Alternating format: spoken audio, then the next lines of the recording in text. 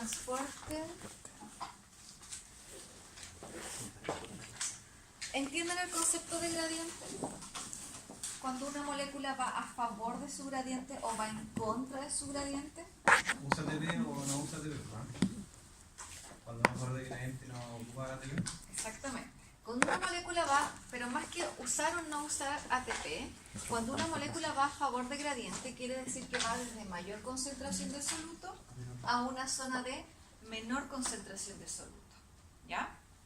En cambio, cuando va en contra de su gradiente, quiere decir que va desde una zona de menos concentración, o sea, de menos concentración a más concentración de soluto. Ahí iría entonces en contra de su gradiente. ¿Qué tenemos acá? Aquí está representada la bicapa lipídica. Aquí solamente tengo los lípidos. Aquí no existe ningún tipo de proteínas. Por lo tanto, vamos viendo qué tipo de moléculas finalmente son las que pueden atravesar esta bicapa lipídica y cuáles no o cuáles requieren de ayuda para poder atravesar. ¿Ya? En el caso de las moléculas hidrofóbicas, que me dicen que pueden ser los gases o las hormonas esteroideas, ¿cómo es el paso? ¿Ellas pueden difundir a través de la bicapa lipídica? Sí, sí. Sí, pueden difundir. ¿Ya? Después tengo las moléculas pequeñas, molares, pero no tienen carga, como puede ser el agua, la urea, el glicerol.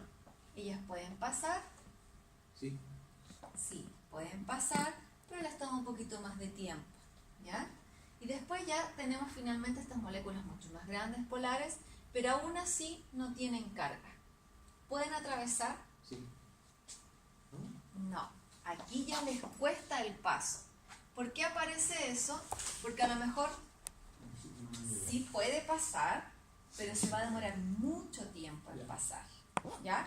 Por lo tanto, para que si yo quiero que realmente la glucosa o la sacarosa pueda entrar en una célula, yo requiero acá de un transportador, ¿ya? En cambio, vamos a tener los iones, que pese a que son moléculas pequeñas, pero tienen carga. Los iones requieren sí o sí de una proteína transportadora, ¿ya?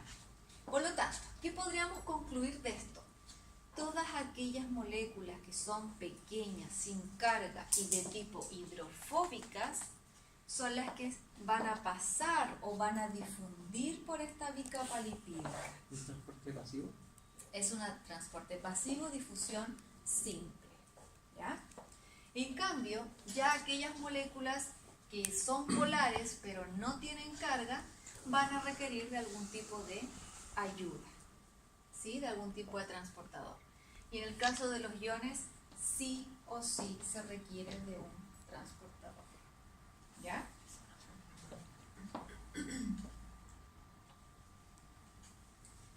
Y acá tenemos los transportes. Transporte pasivo y transporte activo. ¿Cuál es la diferencia entre un tipo de transporte y el otro? Que el reactivo ocupa energía y el pasivo no. Bien, el transporte activo requiere de un aporte energético, en cambio el transporte pasivo no requiere de energía. ¿Qué más? Uno va con ATP y el otro Eso es la energía. Unos van a favor de la gradiente y otros no. ¿Quién va a favor de la gradiente? Los activos. El transporte pasivo va a favor de su gradiente. De hecho, acá tengo el dibujito, cuáles son las concentraciones de solutos, ¿ya? Y me indica entonces que estos solutos de acá arriba irían a favor de su gradiente. En cambio, el transporte activo es aquel que va en contra de su por eso es gradiente. energía. Por eso le cuesta más. ¿Ya? Por eso que le cuesta más, por eso que tiene que invertir en energía, ¿ya? No hay empeño. Dentro del transporte pasivo voy a tener lo que es la difusión simple y la difusión facilitada. La difusión simple es aquella en donde el soluto solamente atraviesa la bicapa lipídica, no requiere de ningún tipo de ayuda, ningún tipo de proteína. En cambio, la difusión facilitada, el nombre se lo está diciendo, Por proteína. facilitada, porque ocupa una proteína. Esa puede ser una proteína de canal o una proteína transportadora. ¿Sí? En el caso del transporte activo, utiliza una proteína transportadora. ¿Ya?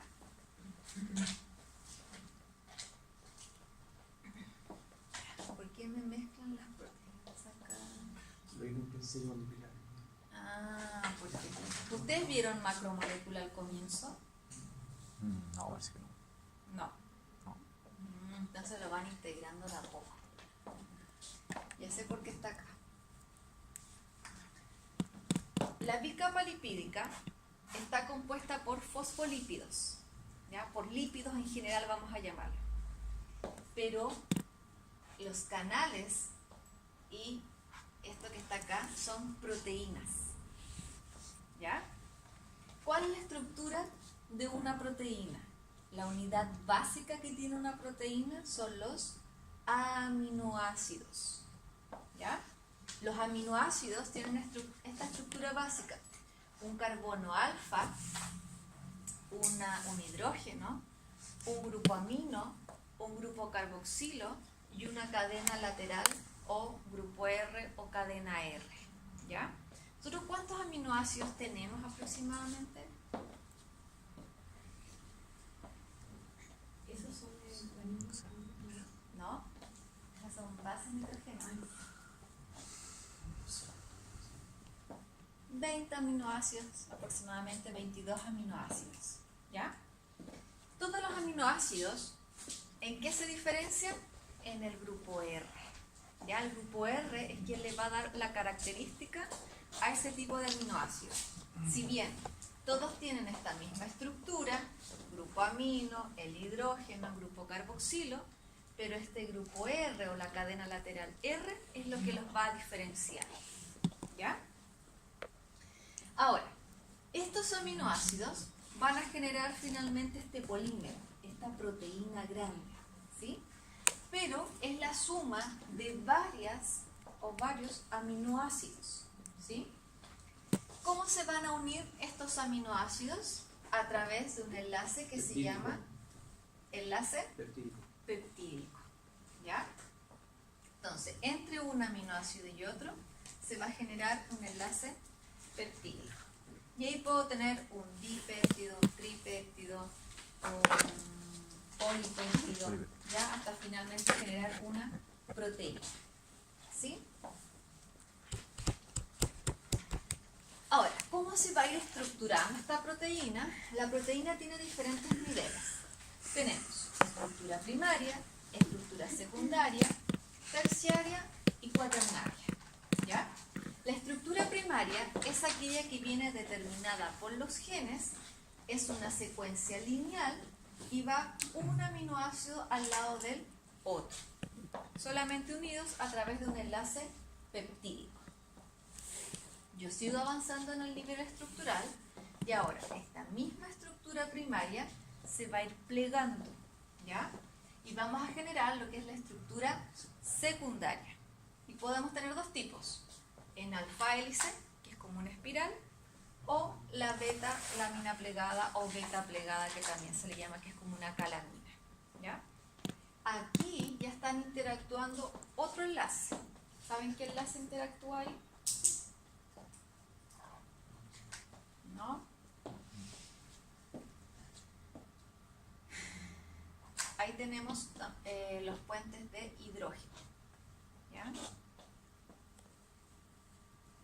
Después tenemos la estructura terciaria. Esta estructura es importante porque aquí le va a dar la funcionalidad a la proteína. Ya la estructura terciaria es quien finalmente va a determinar qué función va a cumplir esa proteína. Por lo tanto, mi estructura secundaria se sigue aún plegando y vamos a generar esta estructura terciaria, que es una estructura tridimensional, ¿ya? Y que le va a dar finalmente la función a la proteína. Posterior a eso, tengo la estructura cuaternaria, que es la suma de todas las estructuras, pero que yo puedo agregar, por ejemplo, otra cadena peptídica, de la misma cantidad de aminoácidos, el mismo tipo de aminoácido, o puedo agregar otra cadena peptídica que sea de composición diferente, ¿ya? Y que ese todo van a conformar finalmente lo que es la estructura cuaternaria. Entonces la estructura cuaternaria es la proteína en sí. Sí, es el máximo nivel que tiene, ¿ya? Importante, la estructura terciaria es quien le da la funcionalidad a la proteína. ¿Ustedes hablaron del concepto de denaturación en clase? ¿No? Ya. Entonces, ¿cómo finalmente estas proteínas van a formar estos canales iónicos o estas carriers? Es porque las proteínas van a generar dominios en la membrana plasmática, ¿ya? Estas proteínas, tanto las proteínas de canal como los carriers, son proteínas que se llaman transmembranal o proteínas integrales. ¿Qué quiere decir eso? Que son proteínas que atraviesan la bicapa lipídica de un lado a otro, ¿ya? Por lo tanto, la composición de los aminoácidos que se encuentran en esta zona interactuando con los fosfolípidos, mayoritariamente son de tipo hidrofóbicos, ¿ya?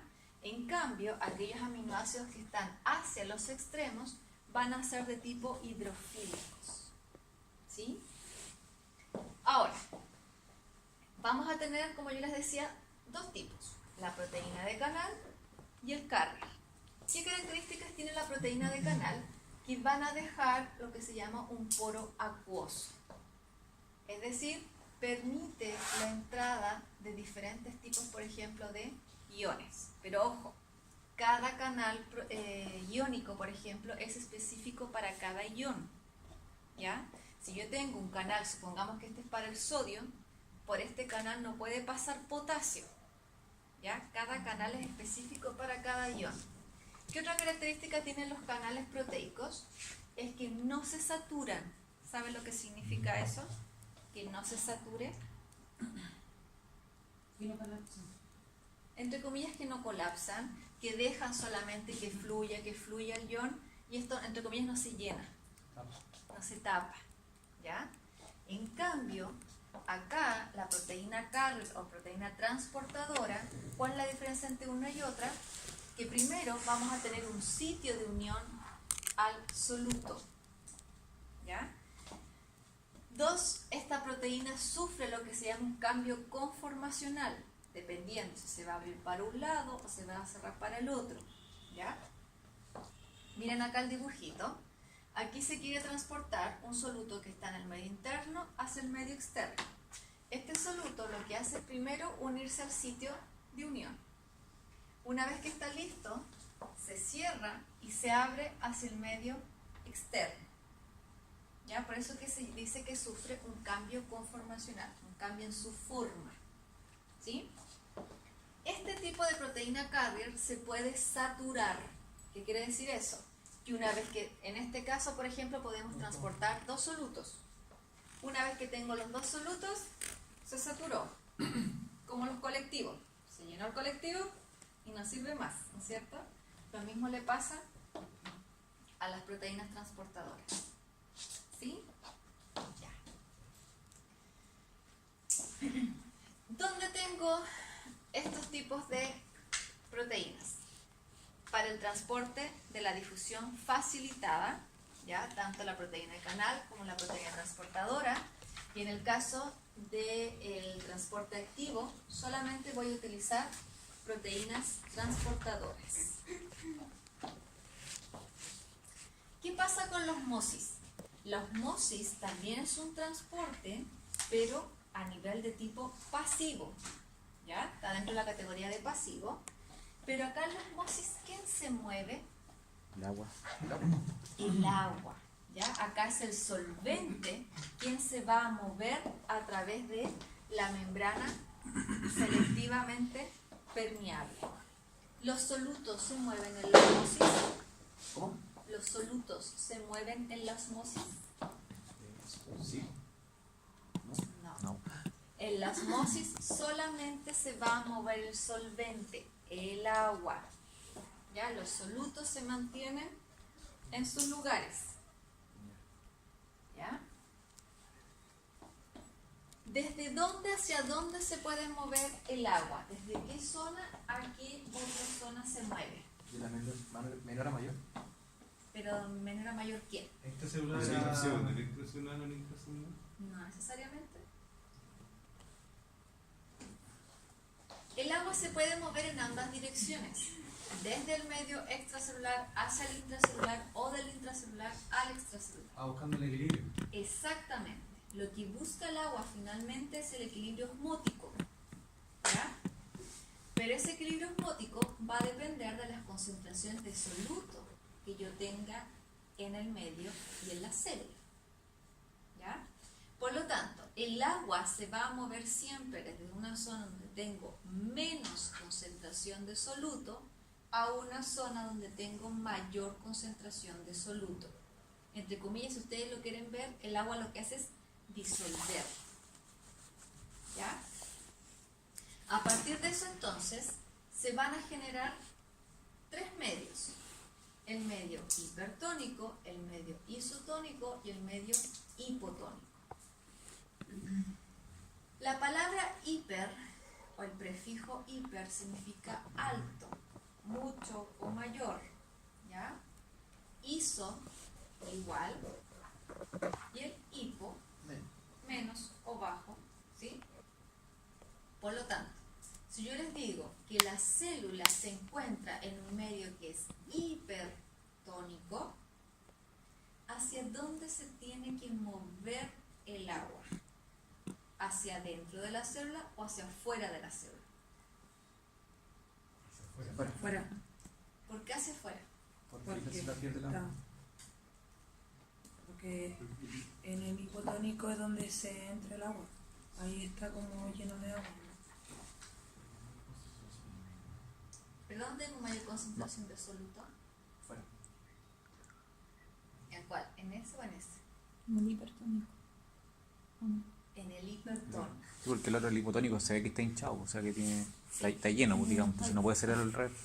Tiene que ser. Ya. En el hipertónico yo voy a tener mayor concentración de solutos afuera de la célula que en su medio interno. Por lo tanto, ¿qué hace el agua? Sale. Eso va a provocar finalmente que el glóbulo rojo en este caso se deshidrate y va a generar un fenómeno que se llama de crenación. Acá el glóbulo rojo está crenado. ¿Sí? En el isotónico, las concentraciones de soluto están iguales, por lo tanto el flujo de agua es el mismo que entra y el mismo que sale. ¿Ya? En cambio, en el medio hipotónico, yo voy a tener mayor concentración de soluto en el medio interno versus el medio externo de la célula. Por lo tanto, acá el agua va a entrar y por eso que la célula se hincha. ¿Ya? Si el medio es muy hipotónico, podría provocar esto: una lisis celular, es decir, un rompimiento de este glóbulo rojo. Ustedes en el laboratorio, ¿qué experimento hicieron en transporte? Agregamos agua a la Simulamos la membrana. Ah, Simulamos la membrana celular. ya, Y uno pusieron una proteína. ¿Cómo se llama?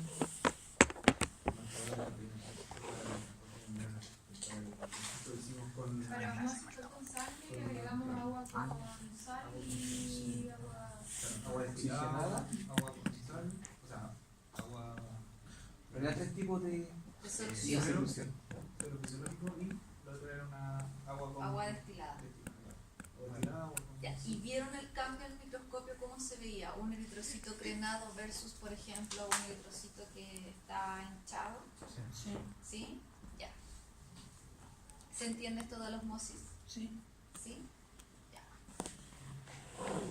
Ahora, ¿qué pasa con el transporte activo?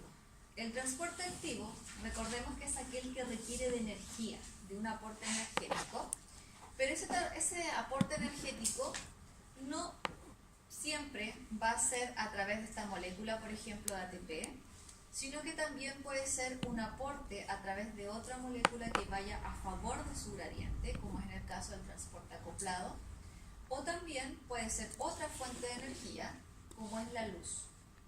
¿Ya? Entonces, esto nos demuestra que el transporte activo no solo se va a utilizar ATP como tal, como la molécula, sino que la energía la puedo tomar de otras fuentes. ¿Ya? Tengo diferentes tipos de fuentes. En el transporte activo, yo tengo lo que es el transporte activo primario y el transporte activo secundario. ¿Cuál es la diferencia entre un tipo de transporte y otro?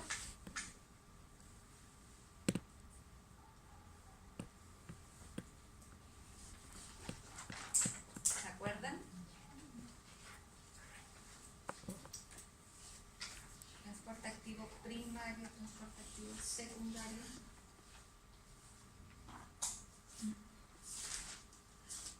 ¿No? O sea, la bomba de sodio y potasio siempre funciona, es constante, ¿no? Sí. Y el secundario me imagino que ese a medida que se necesita, No. ¿no? La diferencia está en la fuente de energía. ¿De dónde se obtiene finalmente la energía? ¿No vale el gradiente? No, no va en el gradiente. ¿Ya? Tiene que ver de dónde se obtiene finalmente la fuente de energía. En el caso del transporte primario, acá tenemos el ejemplo de la bomba sodio-potasio. Aquí el transporte primario va a utilizar una molécula de energía, en este caso el ATP. En cambio, el transporte activo secundario se asocia a otra molécula que va a ir a favor de su gradiente. Aquí yo no tengo un gasto energético a nivel así de una molécula como tal. Ya lo vamos viendo. ¿En qué consiste la bomba sodio-potasio? Tengo la proteína, ¿ya? Y en esta proteína se va a unir el ATP, es quien va a aportar esta energía. ¿Para qué? Para que se puedan mover 3 sodios hacia el medio externo y puedan ingresar 2 potasios hacia el interior de la célula. ¿Ya? Se liberan 3 sodios al medio e ingresan 2 potasios hacia el interior. ¿Es una secuencia o es una secuencia? Sí, es una secuencia. Tenemos el paso 1, el paso 2, paso 3, paso 4. ¿Ya? En el paso 1 yo tengo la unión de los sodios a la proteína transportadora, a la bomba. Fijarse que se gasta energía porque de ATP pasamos a ADP. Eso va a producir entonces que se pueda liberar el sodio al medio externo, pero a su vez se va a unir el potasio a su sitio de unión y este va a ingresar. ¿Sí? Esto, ojo, en la vida real pasa simultáneamente. ¿Ya? Uno lo explica el paso a paso para que se pueda comprender, pero en la célula ocurre simultáneamente. Dígame. Yo tengo una duda. Yo sé que en la mañana yo estuve viendo este tema y decía que la bomba de potasio expulsaba 3 iones. ¿Sí? Que uno era de sodio y 2 eran de potasio. Y tu Wikipedia. Son 3 sodios hacia el medio externo y 2 potasios hacia el medio interno. ¿Ya? ¿Qué hay que entender de esto? El sodio siempre va a estar más concentrado en el medio extracelular, Disculpe, dijo 3 sodio al externo y 2 potasios hacia el interior. Para que ustedes puedan entender esto del transporte activo, tengo que saber finalmente dónde están los gradientes de concentración. ¿Ya? El sodio mayoritariamente está más concentrado en el medio extracelular. En cambio, el potasio está más concentrado en el medio intracelular. Si yo solamente me fijara en el sodio se está moviendo a favor de su gradiente o en contra de su gradiente. En contra. Se mueve en contra de su gradiente. ¿Qué pasa ahora con el potasio? ¿Cómo se está moviendo? ¿A favor o en contra de su gradiente? A favor, supuestamente. En contra. Porque yo les dije que está más concentrado al interior de la célula. ¿Ya? Por lo tanto, ambas moléculas aquí se están moviendo en contra de su gradiente. ¿Ya? Por algo es transporte activo. ¿Sí? Hay gasto de energía. ¿Qué pasa? Bueno, esto es exactamente lo mismo. ¿Qué pasa con los transportes acoplados? ¿Ya? Vamos a tener acá lo que es el uniporte, el sinporte y el antiporte. El uniporte nos habla o nos explica que la proteína transportadora solamente utiliza o puede pasar un soluto. ¿Sí? Después tengo los transportes acoplados, que serían el sin porte y el antiporte. En el sin porte voy a tener, la proteína transportadora lo que hace es transportar dos solutos o dos moléculas al mismo tiempo y en la misma dirección. ¿Ya? Y en el caso del antiporte, también voy a tener dos moléculas o dos solutos, pero que estos se van a mover en direcciones contrarias. ¿Ustedes vieron esto en clase? ¿Sí? Ya. ¿Eso no tiene que ver con el acoplado, el antiporte? Este Sí. es acoplado. Ah, ¿Ya? Veamos acá. Este es el transporte activo secundario. ¿Ya? Vamos a analizar esta parte de acá de la diapositiva. Tengo mi proteína transportadora y los solutos que yo quiero transportar son glucosa y sodio. La glucosa, ¿cómo se está moviendo? ¿A favor o en contra de su gradiente? Por favor.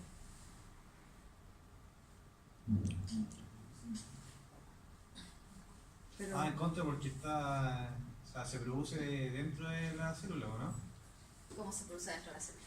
O sea, el proceso que hace con la glucoproteína y todo eso, ¿no? ¿Nada que? No. Ah, ya. entonces, profesora, toda la secuencia es igual en contra. No toda. Fíjate en esto. Yo no tengo mayor concentración de glucosa en el medio intracelular, ¿ya? Y la glucosa lo que busca es entrar. ¿Dónde nos podemos situar? A nivel de las células del intestino, lo que se llaman los enterocitos, ¿ya? Yo quiero absorber nutrientes. Y uno de esos nutrientes que yo quiero absorber es la glucosa. Por lo tanto, pasa del medio extracelular al intracelular, ¿ya? Pero ya me están diciendo que el flujo en el medio intracelular es más grande, el gradiente es mayor, versus que el medio externo en relación a la glucosa. Por lo tanto, la glucosa aquí iría en contra de su gradiente. ¿Qué pasa con el sodio? El sodio, fijarse que yo les dije que estaba más concentrado en el medio extracelular versus que el interno. El sodio también quiere entrar, pero este sodio iría a favor de su gradiente. Por lo tanto, acá tengo dos moléculas. Una que va en contra de su gradiente y la otra que iría a favor de su gradiente. ¿Sí? El sodio, para que pueda entrar, en teoría no tiene ningún problema, porque ya va a favor de su gradiente. Pero es la glucosa la que requiere de energía para poder ingresar. ¿Sí? ¿De a dónde saca la glucosa la energía para poder ingresar al interior del enterocito? del sodio. Del sodio. Como el sodio va a favor de su gradiente, la glucosa se toma, Se cuela. se cola, entre comillas, o se cuelga del sodio Se pega la buena. e ingresa a la célula. Entonces, el aporte energético, ¿quién se lo está dando? El sodio. Si bien el sodio no le va a decir, toma, acá está la ATP, sino que como el sodio va a favor de su gradiente, le ayuda en este paso, ya entre comillas le aporta con energía a la glucosa para que pueda ingresar. ¿Sí? Ese es un ejemplo de transporte activo secundario, en donde tengo dos moléculas, pero una va en contra de su gradiente y la otra va a favor de su gradiente. Lo que está acá es el mismo ejemplo que ya vimos anteriormente, la bomba sodio-potasio. A nivel del epitelio intestinal, esto ocurre simultáneamente. Por un lado se puede estar dando este sin porte, ¿ya? Y por otro lado se está dando la bomba sodio-potasio. ¿Sí? Y los dos serían transporte activo, en la bomba sodio-potasio primario, y este tipo de sin porte es secundario. ¿Se entiende? Profe, Ahí? yo tengo una duda, no entiendo muy bien cuándo va en contra de la gradiente, cuándo va a favor, no entiendo eso. Una molécula va a favor de su gradiente cuando se mueve de una zona de mayor concentración de soluto a una zona de menor concentración de soluto. Fíjate en el sodio. ¿Dónde está más concentrado el sodio? Afuera. Afuera. Por lo tanto, aquí la flechita me dice que está entrando. Ella está ingresando a favor de su gradiente, porque va de más A menos. a menos. Cuando una molécula o una sustancia va en contra de su gradiente, es cuando es al revés, cuando va de menos a más. Eso es en contra de su gradiente.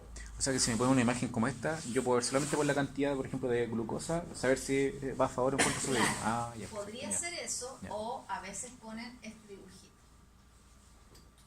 Este que vimos, este de acá. Ah, claro. Esto también te indica concentración de solutos. O también les pueden poner un triángulo. Si es la base, la parte más ancha, me dice que está más concentrado, Más supongamos, en el medio exterior, y hay menos concentración en el medio interno. ¿Ya? O viceversa. ¿Sí? Ahí sí.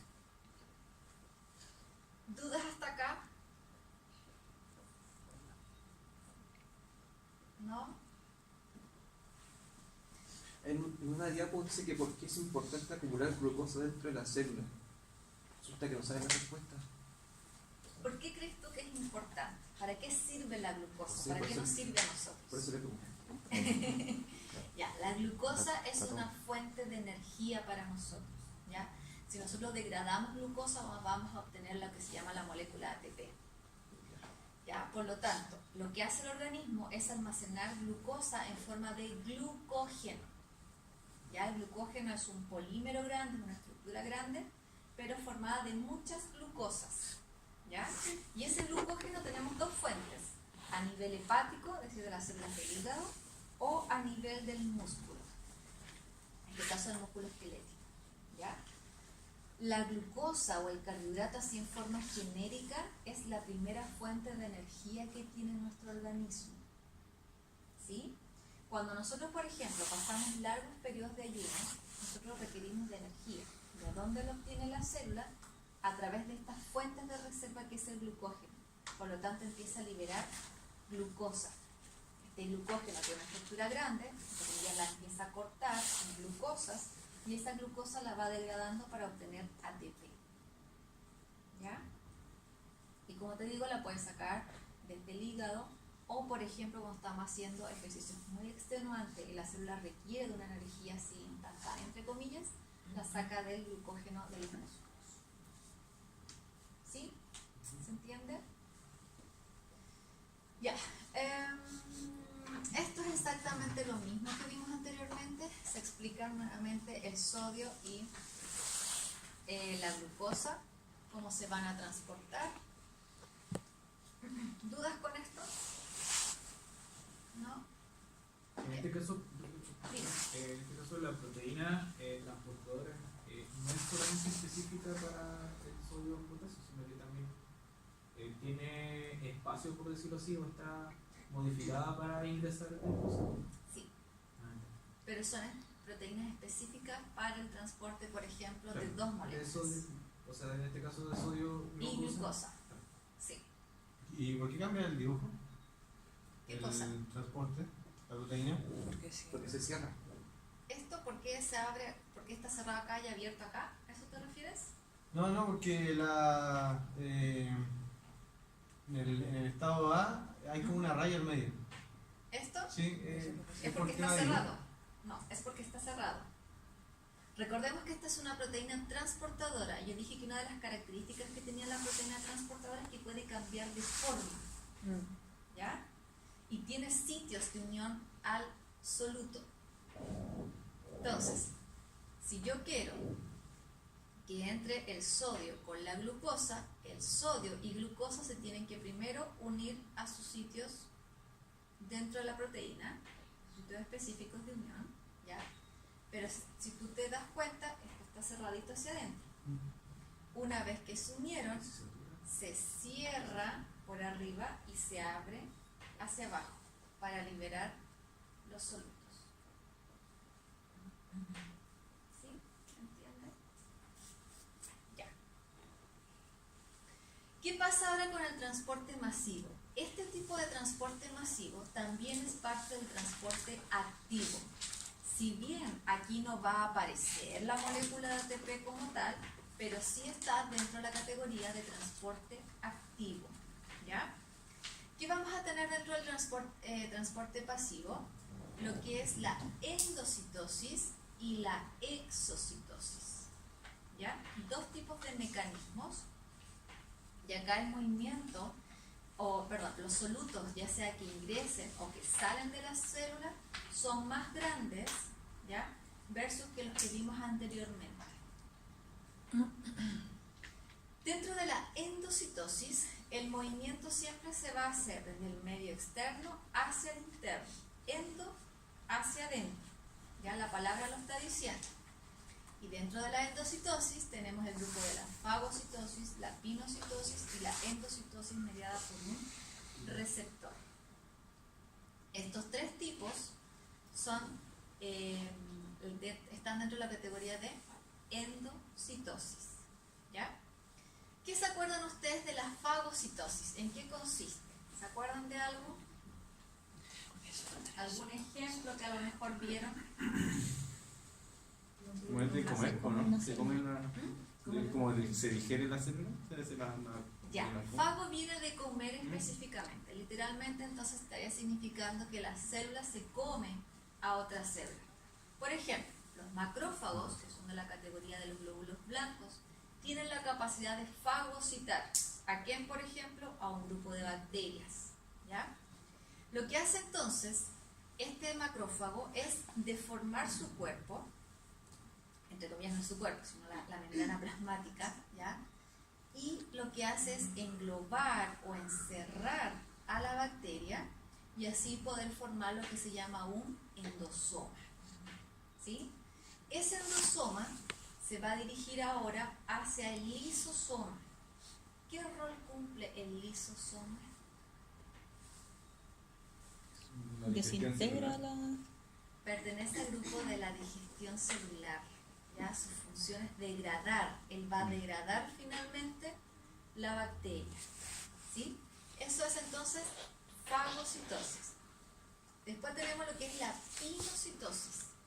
Aquí mayoritariamente hay transporte de fluidos extracelulares o de solutos que están disueltos en un medio, ¿ya? Y que la célula los va a englobar, ¿sí? Y el tercer tipo es la endocitosis. Una consulta, Dígame. ahí cuál sería, por ejemplo, la diferencia entre el endosoma y la vesícula. ¿Hay alguna diferencia?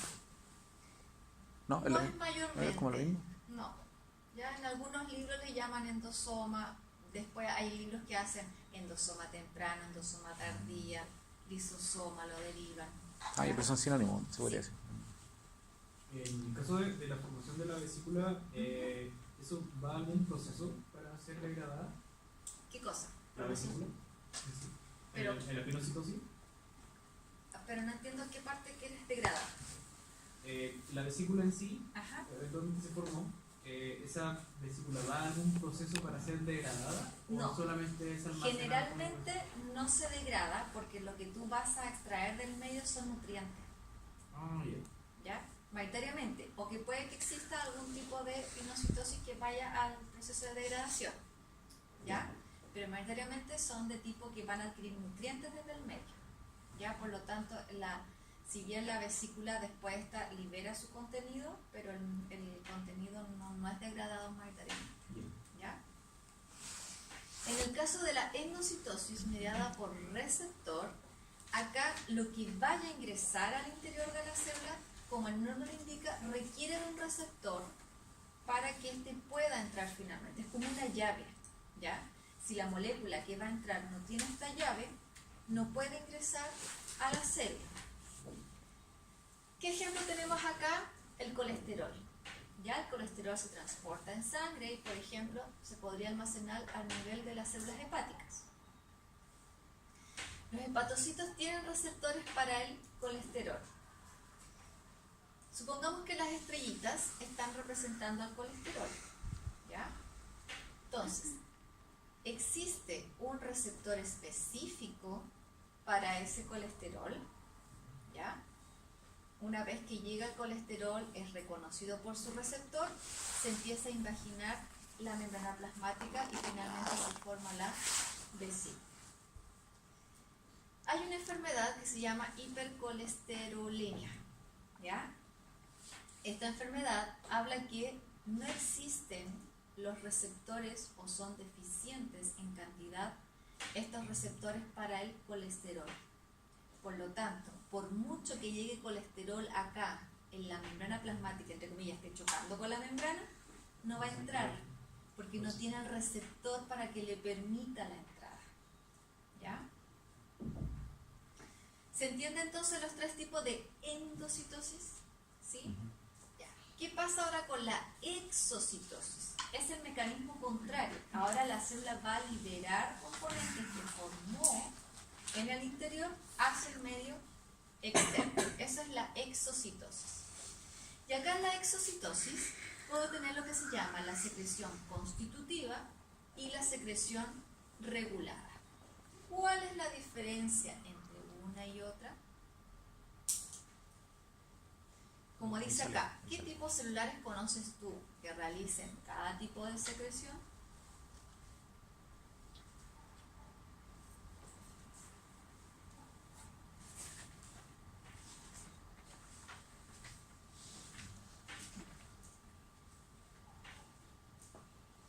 Los grupos lípidos y grupos proteínas, ¿no?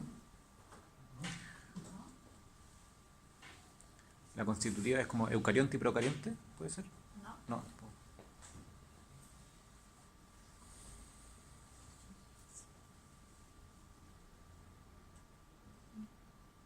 ¿Y la quiero más específica la regulada?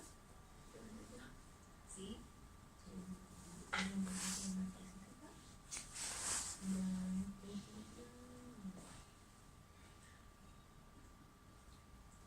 La secreción constitutiva se da en todos los tipos celulares, ¿ya? En donde la célula básicamente lo que va a liberar, por ejemplo, va a liberar proteínas que van a ser parte de la matriz extracelular, ¿sí? O puede liberar, por ejemplo, algún tipo de desecho metabólico, lo libera al medio, ¿ya? Secreción constitutiva, por lo tanto, todas las células lo pueden realizar, ¿sí? En cambio, la secreción regulada solamente la realizan aquellas células que están encargadas de sintetizar o de producir algún componente especial. Como por ejemplo, puede ser una hormona, un neurotransmisor. ¿Ya? Todas esas células van a, como dice el nombre, es una secreción regulada, porque tienen que responder a una señal del medio. ¿Sí? Por ejemplo, las neuronas, para que ellas puedan liberar finalmente los neurotransmisores, tienen que responder a la señal en cuanto a la permeabilidad de la membrana cuando cambian sus cargas eléctricas. ¿Ya? Cuando ocurre este cambio de cargas eléctricas en la membrana, se provoca la entrada del calcio, y el calcio viene siendo la molécula señal para que las vesículas sinápticas puedan liberar finalmente el neurotransmisor. Si no existe esa señal de calcio en la neurona, no hay liberación del neurotransmisor. ¿Ya? Ese es un ejemplo entonces de una secreción regulada. ¿Sí? En cambio, la secreción constitutiva, ella simplemente libera componentes al medio y todas las células lo pueden realizar. ¿Se entiende la diferencia entre un tipo y otro? ¿Sí? El calcio es solamente un ejemplo, ¿no? Sí, el calcio es un ejemplo, es una molécula señal, es un ejemplo. En el caso de la regulada, ¿quién envía la señal? ¿Una glándula? ¿Podría ser? ¿En cuál? ¿En la regulada? ¿En la regulada? Claro, yo puedo tener la otra glándula madre que envía Supongamos la señal. hipófisis, Claro. por ejemplo. Eje hipófisis-hipotálamo, hipotálamo-hipófisis. Hipófisis. La hipófisis manda la señal, por ejemplo, a la tiroides. Ya. Y la tiroides secreta la hormona tiroidea. Ya. ¿Ya? ¿Se entiende hasta ahí, chicos? Sí. ¿Sí? ¿Alguna otra duda? Porque parece que ya estamos en la hora. ¿Sí? Todo sirve, profe, todo sirve. ¿Sí? Ya, perfecto. Cuando ustedes quieran otra tutoría, traten de pedírmela con más tiempo. ¿Ya? Porque ahora tengo el tiempo mucho más acotado, entonces si yo me organizo mejor, podemos tener 2 horas en vez de 1. ¿Ya? No, no sé. ¿Lo hacemos vía la profesora de cadena? No, la hacen directamente conmigo. ¿Ya? La primera vez siempre genero el link con ella porque no los conozco, entonces profesora directa. Anoten mi correo. Muy interesante. Si estoy. Es Pauli con I latina, Pero no te Pino, 20 con número, @gmail.com. Ok, puede ser siempre en este mismo horario, están desde las 7 en adelante. A ver, para mí lo ideal es que no sea tan tarde. Entonces, Ya. que